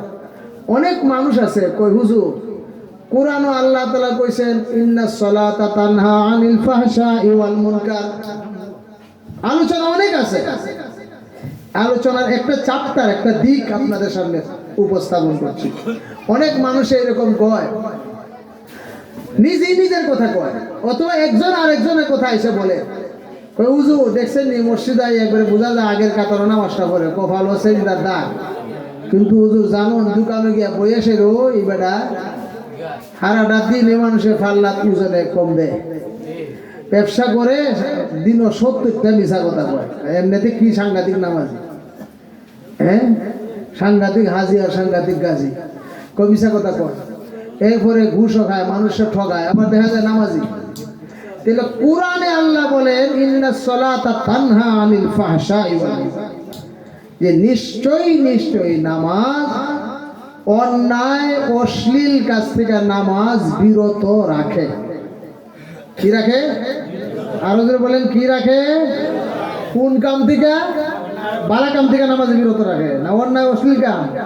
অন্যায় অশ্লীল কাম থেকে নামাজ বিরত রাখে, বিরত করে, ফিরায়। আচ্ছা, যে মানুষটা সবসময় নামাজ পড়ে, হে আবার অন্যায় করে কেমনে? তাইলে তার অবস্থা আর আল্লাহ তাআলার কথা, আল্লাহর বাণীর মধ্যে সাংঘর্ষিক না? সাংঘর্ষিক না? বিপরীত মুখিনী না? দুই রকম হইল না কথা। যে আল্লাহ বলেন যে নামাজ থেকে, নামাজ তার অন্যায় কাম থেকে তারে ফিরায়। হে দেখা যায় নামাজও পড়ে, অন্যায় কামও করে, নামাজও পড়ে আর এক বেটার আইলো কাটে, নামাজও পড়ে দোকানে বসে ওজনে কম দেয়, নামাজও পড়ে দোকানে বসে জিনিস দাম করবার সময় মিথ্যা কথা বলে। আছে না নাই? তাইলে হুজুর প্রশ্ন হইল, আরেকজনের কথা কয়, আবার কেউ আছে নিজের কথাই কয়, এটা ভালো মানুষ, নিজের দুষ্টানে দেখতো আগে, আরেকজনের দুষ কয়। নিজের দুষ অনেক সময় কয়, হুজুর নামাজ তো পড়ি ঠিকই, খাসলতটা তো ভালো করতে পারি না হুজুর, মনটা তো বদলে না, মন তো পরিবর্তন হয় না, মিশা কথা কয়ে লাই, আরেকজনের ঠগায় লাই, জুলুম করে লাই, আব্বা আম্মার সাথে বেয়াদবি করে লাই, আরো আরো আরো আরো অনেক কিছু কয়ে লাই। ফিরে দেব। অনেক নওজোয়ান ছেলে আছে অবৈধ প্রেমে আসক্ত হয়, কয়ে নামাজ পড়ি হুজুর, নিজের চেষ্টা করি, কিন্তু এটার থেকে তো ফিরতাম পারি না। অনেক ছেলে আছে নেশাগ্রস্ত হয়ে গেছে, এখন নামাজ ধরছে, কিন্তু নামাজ ধরলে কি হবে, নেশার থেকে নিজেকে বাঁচাইতে পারতেছে না। কই হুজুর নামাজ তো অন্যায় কাম থেকে বাঁচায়, হুজুর আমি বাঁচি না কেন? এই ১৫০০ বছর পরে আমাদের যেরকম প্রশ্ন, ১৫০০ বছর পরে নবীর ছাত্র, নবীর সাগরিদ, নবীর সাহাবাদের ভিতরে একই প্রশ্ন। সুবহানাল্লাহ।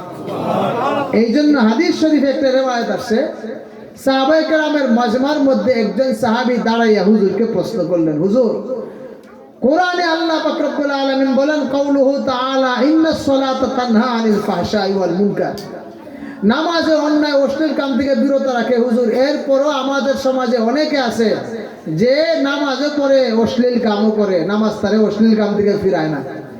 হুজুর সাল্লাল্লাহু আলাইহি সাল্লাম উত্তর দিলেন, মাল্লাম তানহাহু সালাতুহু মাল্লাম তানহাহু সালাতুহু আনিল ফাহশাই ওয়াল মুনকার ফালা সালাতা লাহু। আল্লাহর নবী বলেন, যাকে তার নামাজ অন্যায় অশ্লীল কাম থেকে বিরত রাখতে পারে না, অন্যায় অশ্লীল কাম থেকে ফিরাইতে পারে না, তার নামাজ নামাজি নয়। আমার তর্জমা বুঝছেন? তার নামাজ নামাজি হয় নাই, সে নামাজ নামাজের মতো পড়ে নাই। যে নামাজি অন্যায় অশ্লীল কাম থেকে তাকে বিরত করবে, ওই রকম নামাজ সে পড়ে না। এখন আপনারা কবেন, এটা আবার কোন নামাজ যে নামাজে অন্যায় অশ্লীল কাম থেকে বিরত রাখে না? আল্লাহ পাক রব্বুল আলামিন কোরআনের অন্য জায়গায় বলেছেন, قد أفلح المؤمنون الذين هم في صلاتهم خاشعون। আল্লাহ পাক রব্বুল আলামিন বলে, ইমানদাররা দুনিয়া আখিরাতে কামিয়াব হবে, সফল হবে। দুনিয়াতে সফল হয়ে গেছে, আখিরাতেও সফল। এরা কারা, কোন ধরনের ইমানদার? যে ইমানদাররা নামাজ পড়ে, খুশু খুজুর সাথে নামাজ পড়ে। তাহলে বোঝা গেল ওই নামাজে সফল কাম হবে। নামাজে যদি সফল কাম ইমানদার হয়, তাহলে তার নামাজ সফল। আর সফল নামাজ কোনটা? যে নামাজে অন্যায় অশ্লীল কাম থেকে বিরত রাখে। এখন যে সফল নামাজে অন্যায় অশ্লীল কাম থেকে বিরত রাখে, ওই সফল নামাজ কোনটা? খাশিউন, খুশু খুজুর সাথে যে ইমানদার নামাজ আদায় করে। এখন নামাজও পড়ে, আবার মুরুগও খেদায়। মাতুন না আছে না নাই? বেটি নামাজও খারাইছে, কইতাম না, জাগার নাম কইতাম না। ছোটবেলা আমরা হুজুরের সাথে গেছি, আমার সাথে দান চান্দা করতাম। আমার শখ লাগছে, তা আমারও কইছে সব ছাত্ররা যায় দান চান্দা করতো। তা আমি ছাত্রের লগে হুজুরের সাথে দান কালেকশন করবার লেগে যাবো। আম্মা কইছে নেক কাম করো, অন্য ছাত্ররা করে, তুমি মোতা হিসেবে ফুতুইছে কি দিছে, অন্য ছাত্ররা দান চান্দা কালেকশন করে, তো তুমি তো যাইতা, ওই অবশ্যই যাইতা। আম্মা আরো খুব ঠেলা দিয়া দিছে, ডরাইছিলাম যে অনুমতি নি পাইবো, আরো উল্টা আম্মা ঠেলা দিয়া দিছে। অন্য ছাত্ররা যাইতে, তুমি মোতা হিসেবে ফুট কিতা, তোমার গার মুড়া হয়েছে, তুমিও যাও, গার সোজা হইব। আমি হুজুরের সাথে গেছি, যে কোনো এক জায়গাতে আমরা হবিগঞ্জে এক গ্রাম গিয়া, যে হুজুরের সাথে বাড়ি বাড়ি ঘুরে ঘুরে দান চান্দা করতেছি। তো এক বাড়ির গিয়া দিই এক মহিলা বড় সাড়াই বিছাইয়া দাড়ি বিছাইয়া সেটা এটার মধ্যে দান হুকাইতেছে, ফিসে নামাজও খাওয়াইছে। আর 10 হাত লম্বা এক বাঁশের জিংলা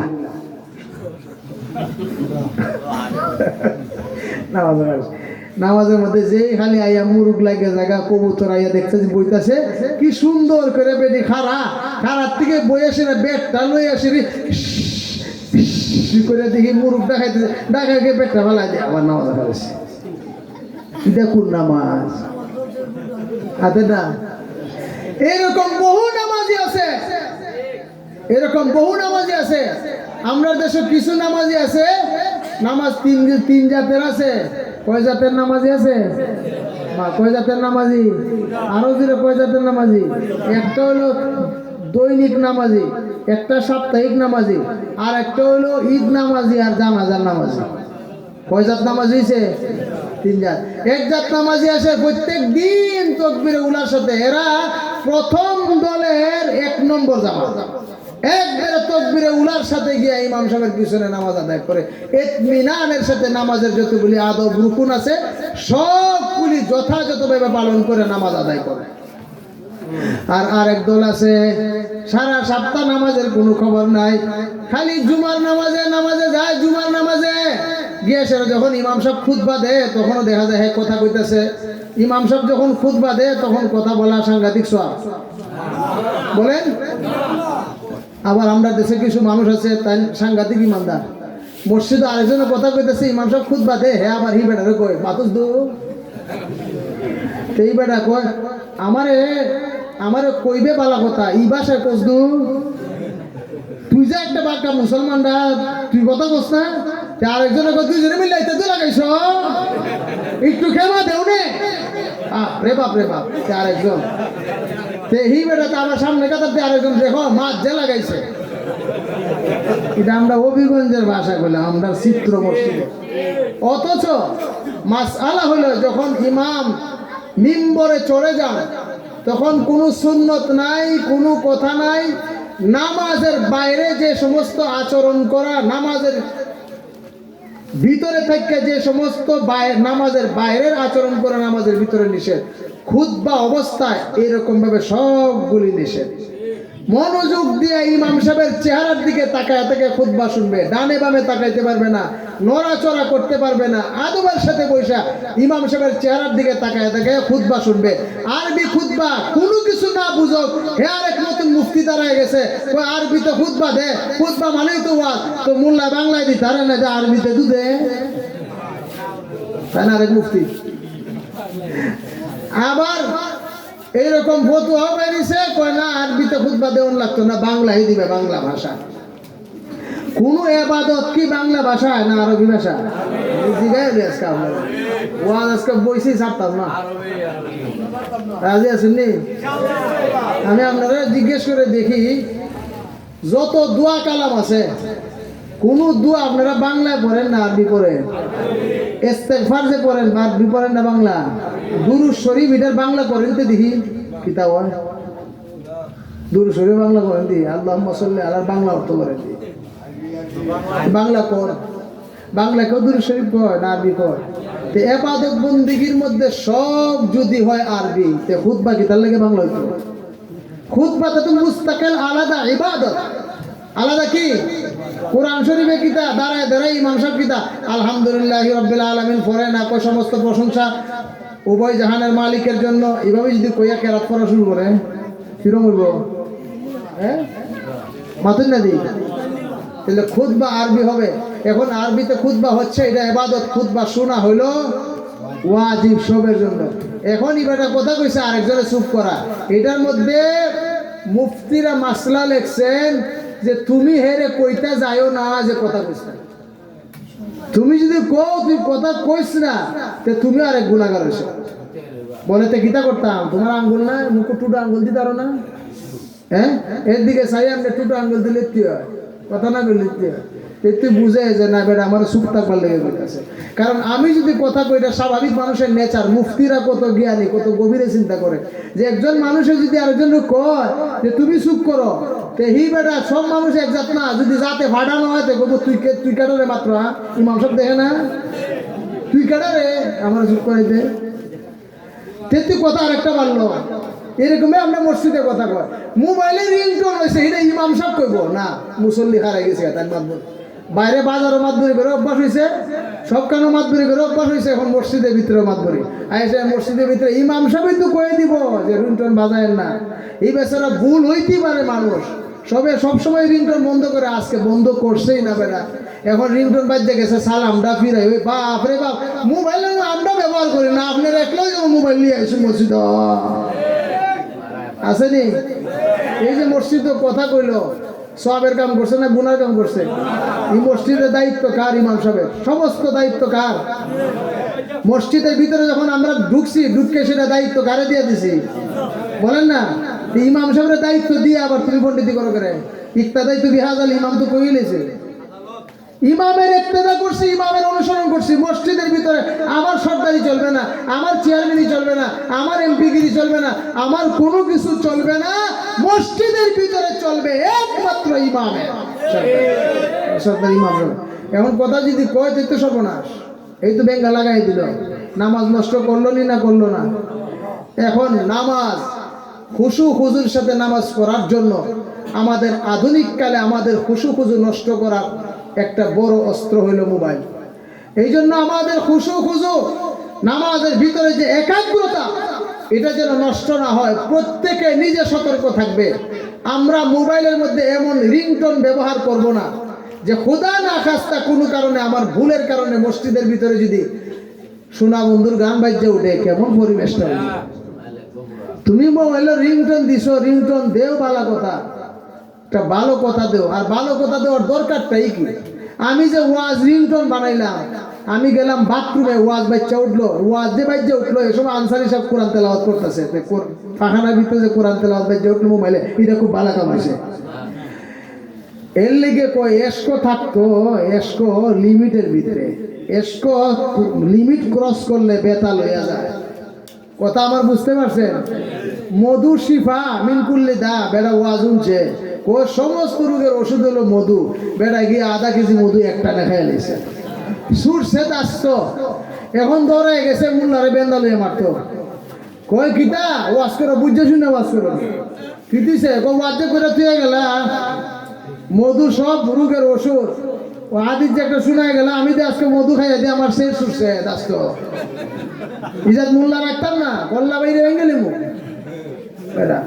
রাতে ভাড়া কইতা বেশবা বেশবা ওয়াজ করো গেলে গা।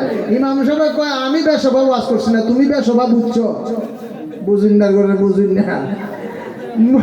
মধু তো খাওয়ার শিফা, তোমারে কইছে না কিতা গরুর মতো আধা কেজি খাইতা, আধা কেজি খাইতাম মধু। এখন বেটার ভিতরে ইসলামের চেতনা, দ্বীনের চেতনা, ভালো কথা, কিন্তু আমার মোবাইলে রিংটোনে যদি আমি ওয়াজ লাগাই, রিংটোনে যদি আমি আজান লাগাই, রিংটোনে যদি আমি কোরআনে কারিমের তেলাওয়াত লাগাই, তাহলে কোরআনের তেলাওয়াত মসজিদে বাজলে আচ্ছা এটা খারাপ দেখা যায় না, ওয়াজ মসজিদের ভিতরে বাজলে খারাপ দেখা যায় না।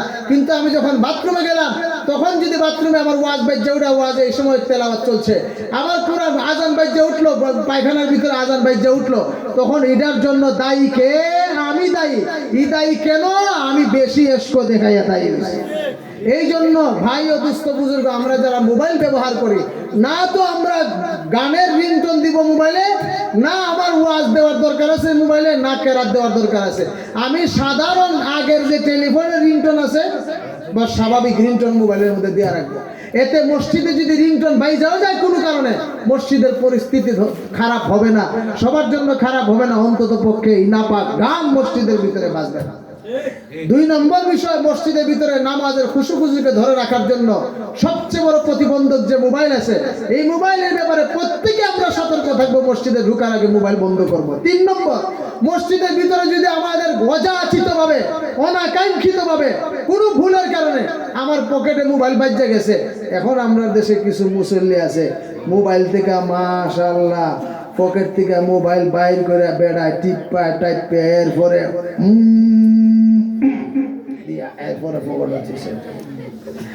আচ্ছা বলেন তো দেখি, কেউ যদি মোবাইল বাইর করে তার ডিসপ্লের দিকে তাকাইয়া মোবাইল বন্ধ করে, মনে করেন এই জায়গা দাঁড়াইয়া কেউ করতেছে, তখন আপনারা কি মনে করবেন? এই বেটা নামাজ পড়তেছে না মোবাইল নিয়ে তামসা করতেছে?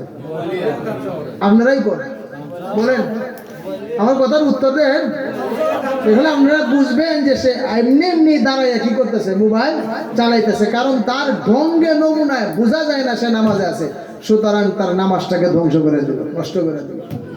এখন যদি আমার পকেটে মোবাইল বাইজে উঠে কি করব? আমার অভিজ্ঞতা আছে, জানা আছে, মুরব্বী মানুষরা পেস লাগতে পারে, কারণ আধুনিক যন্ত্রপাতি তারা ব্যবহারে এতটা সক্ষম না। আমি এই জমানার আমি মোবাইলের অনেক কিছুই বুঝি না, ফুলাবানে আমার লিয়ে আসে, জরুরতে ব্যবহার করি তো আমি মোবাইল, কিন্তু এরপরও আমি অনেক কিছুই বুঝি না। মুরব্বী বাবার একটা বাদ দিলাম, আমরা যারা মোবাইল মোটামুটি ফাংশন বুঝি, আমি আস্তে করে পকেটের উপর দিয়া মোবাইলে এমন ভাবে তার বাটন চাপ দিয়া এটাকে কাটবো যেন কেউ বাহির থেকে দেখলে এই কথা বুঝে না যে আমি নামাজে নাই। আমার কথা বুঝতে পারছেন? এটা সুরতটা কি? এমন দ্রুত আমি হাতটা নিয়ে এসে এই পটকিরে টিপাটা দিয়ে রিংটোনটা বন্ধ করে দেব, পকেট থেকে মোবাইল বাইর করে বন্ধ করলে নামাজটা শেষ। আমার কথা বুঝতে পারছেন? এইভাবে আমরা নামাজ আদায় করব। নামাজ যদি খুশু খুজুর সাথে আদায় করে, এটা হলো প্রকৃত নামাজ। ওই নামাজ আমাদেরকে গুনাহ থেকে, অন্যায় কাম থেকে ফিরাবে। নামাজের মধ্যে নামাজি অনেক আছে, নামাজের গুরুত্ব নাই, কোনো গুরুত্বই নাই, কোনো ধরনের কোনো গুরুত্ব নাই। নামাজ পড়লে পড়ছে নাই, নামাজের অক্তের কোনো গুরুত্ব নাই, আজান করে গেছে বেটা ব্যবসার মধ্যে আছে, জানে এখন তাকবীরে উলা চলে যেতেছে, ইমাম সাহেব রুকু দিয়া লাইব, হে খালি গফি করে এরপরে কোনো মতে গিয়ে সেটা ওযুটা কইরা সেটা একটা দৌড় দিছে, দৌড় দিয়া তার নিয়ত হইলো আরেক রাকাত পড়তাম গেলি দৌড়ে ইমাম সাহেব দৌড় নিতাম, দৌড় যে দিছে মসজিদে দুমুর আওয়াজ, আর গিয়া সেটা কানো তাপাটা দিছে যে লতির মধ্যে লইরা উঠছে দিয়ে আসে রই ভালো করে এমনি বাঁধছেও না সুজার উপর। নামাজ হয়েছে? হ্যাঁ, এটা নামাজ হয় নাই, নামাজ রে তামসা বানাইছে। আরো কিছু মানুষ আছে রুকু এরকম ভাবে দেয় মুরগের মতন ঠুকরায়, সেই জিদা এরকম দেয় যে মুরগের মতন ঠুকরায়, যারা মুরগের মতন এরকম ঠুকরায় ওই নামাজ ফেরেশতারা এটারে বললা তার চেহারা নিক্ষেপ করে, ওই নামাজ আল্লাহ তাআলার দরবারে কবুল হয় না। এই জন্য আমরা নামাজ পড়বো এমন ভাবে যে নামাজ আমাকে গুনাহ থেকে হেফাজত করে। আমি সহজ আপনাদেরকে বোঝাই যে নামাজে গুনাহ থেকে হেফাজত করবো, লম্বা ওয়াজ লাগতো না, কথা সংক্ষেপ করে নিতেছে।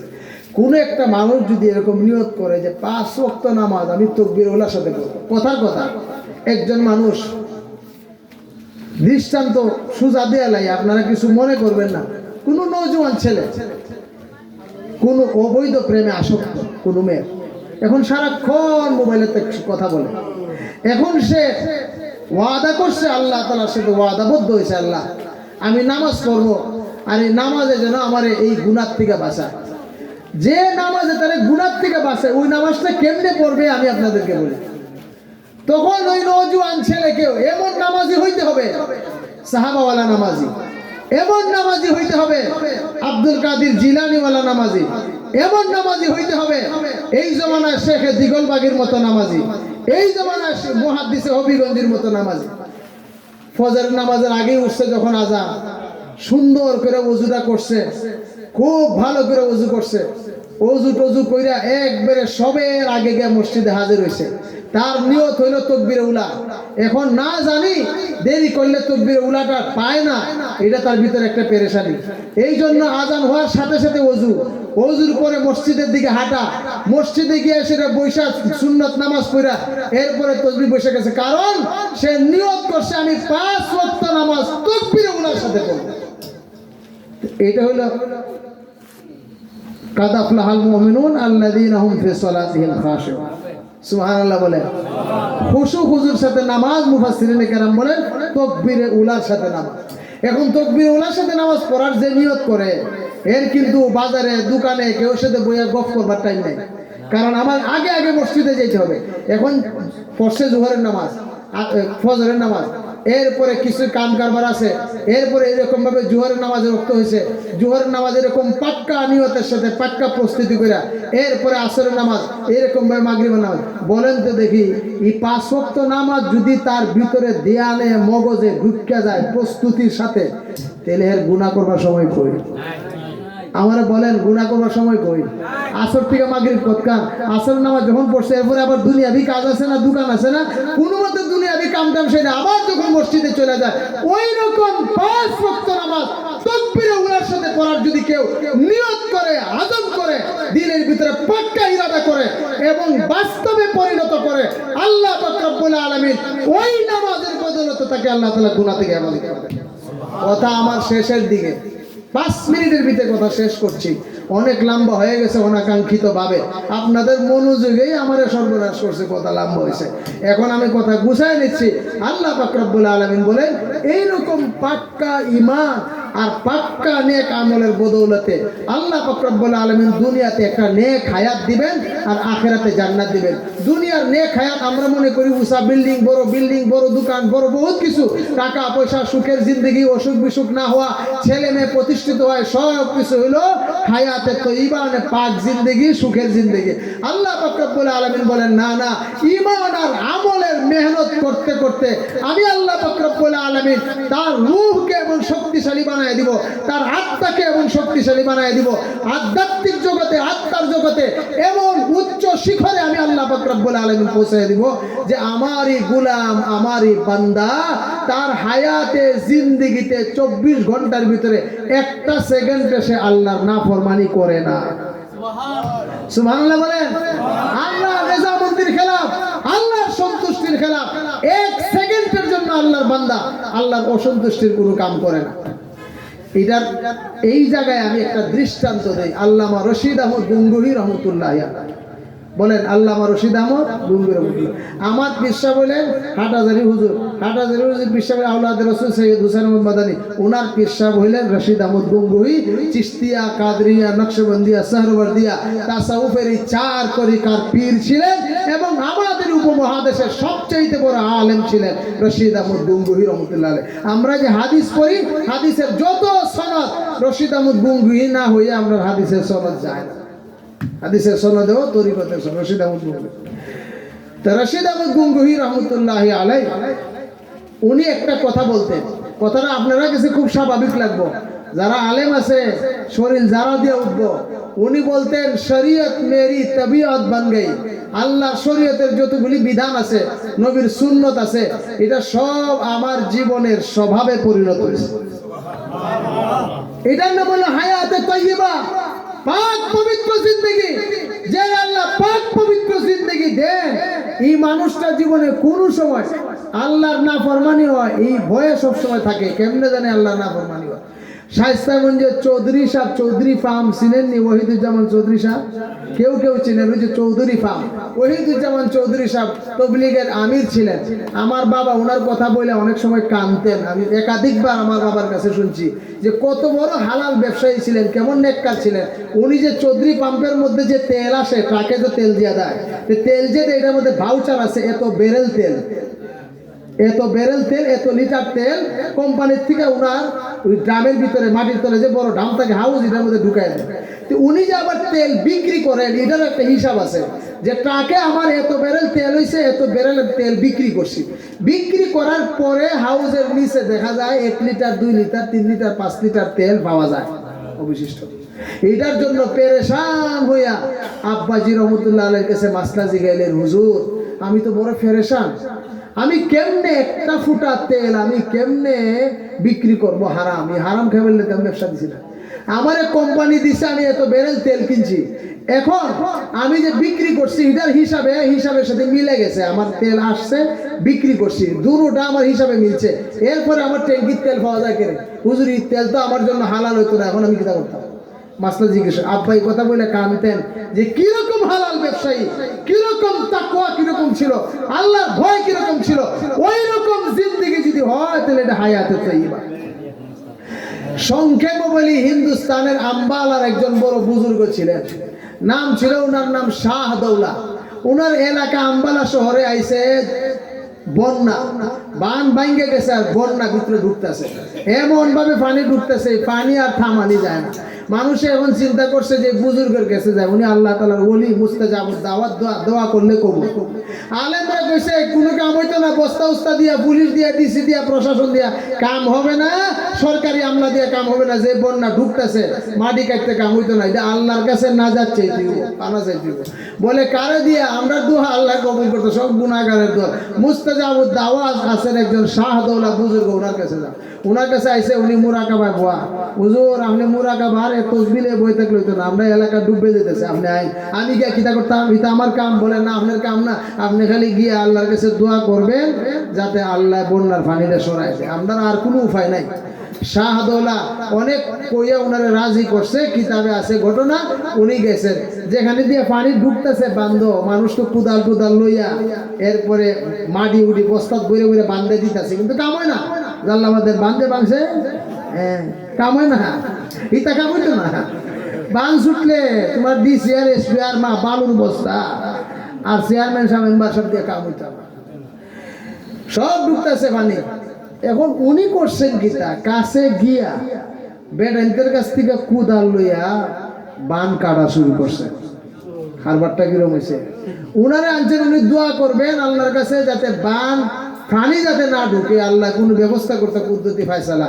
আর উনি গিয়া সেটা কুদাল একটা লইয়া বান কাটা আরম্ভ করছেন। আর বান কাটেন আর কি বলেন জানেন? বলেন জিধর মৌলা ইধর শাহ দৌলা, জিধর মৌলা ইধর শাহ দৌলা, জিধর মৌলা ইধর শাহ দৌলা। উনি তসবিহ জপতেছেন, একটাই কথা, কি অর্থ? আরে আল্লাহ পাক রব্বুল আলামিন আলামিনের ইচ্ছা যেদিকে আমার ইচ্ছাও সেদিকে, আল্লাহর ফয়সালা যেদিকে আমার ফয়সালা এইদিকে। আল্লাহ চাইছে আম্বালা শহরের ভিতরে পানি ঢুকবে, আমি শাহদৌলার কি অধিকার আছে আল্লাহ পাক রব্বুল আলামিনের মানসার খেলাফ আমি আল্লাহর কাছে চাইবো? বরং আল্লাহ চাইছেন পানি ঢুকতো, আমি আরো কুদাল দিয়া বান কাটটা পানি ঢুকবার সুযোগ করে দিতেছি। এটা মানুষরে কয় না, আল্লাহরে কয়। এই বেটা তোমার যুগ কইতেছে আল্লাহরে, কই জিদার মৌলা ইদার শাহদৌলা। আরে মানুষে আমার আনছে, আমি দোয়া করে বলে বান্দের পানি নিচে নামায় দিতাম। আল্লাহ তুমি চাইছো ওই আম্বালা শহরের ভিতরে পানি ঢুকতে, আমি তোমার মর্জির খেলাফ কেন আমি তোমার কাছে চাইবো? আমার তোমার মর্জির খেলাফ তোমার কাছে আমি দরখাস্ত করতে পারি না। এখন মানুষে মৌলবীরারে ধরছে, আর কোনো পাইছো না, পাগল করতে গেল এসো কাটতার শিক্ষা। এই বেটা আয়েসের দিতে কি উল্লাহ ঘন্টা কাম শুরু করছে। আয়েসের দোয়া করবো, বেটা বান্দের বান কাটা শুরু করছে আরো কোদাল দিয়া। মৌলবীরা কয় বুঝতা না, সবর করো। মজুবের কারবার বুঝতা না, একটু সবর করো, দেখো নে তামসাটা একটু। কয়েক মিনিট পরে এই মানুষে দেখে যে আল্লাহ পাক রব্বুল আলামিনের কুদরতি ভাবে এদিকে শাহদৌলা কুদাল দিয়া বান কাটতাছে, আর আরেকদিকে অটোমেটিক যমুনা নদীর পানি নিচের দিকে নামতাছে। এটাকে আল্লাহ তাআলা বলেন, যখন ঈমানের সাথে নেক আমল করবে আল্লাহ তাআলার কোন বান্দা, আল্লাহ তাআলার কোন বান্দি, তো আল্লাহ পাক রব্বুল আলামিন পুরস্কার দিবেন দুইটা। দুনিয়াতে নগদ পুরস্কার, আখিরাতে বাকি পুরস্কার। বাকি পুরস্কার অনন্ত অসীমকালের জন্য জান্নাত, আর দুনিয়াতে নগদ পুরস্কার আল্লাহ পাক রব্বুল আলামিন হায়াতে তৈয়্যিবা, পাক পবিত্র জিন্দেগানি, এমন পাক পবিত্র হায়াত যে হায়াতে আল্লাহর মর্জির খেলাফ কোনো কাজ, কোনো কথা, কোনো ইশারা, কোনো ইঙ্গিত, কোনো আচরণ আল্লাহর মর্জির খেলাফ করবে না। ওয়া আখির দাওয়ানা আনিল হামদুলিল্লাহি রাব্বিল আলামিন।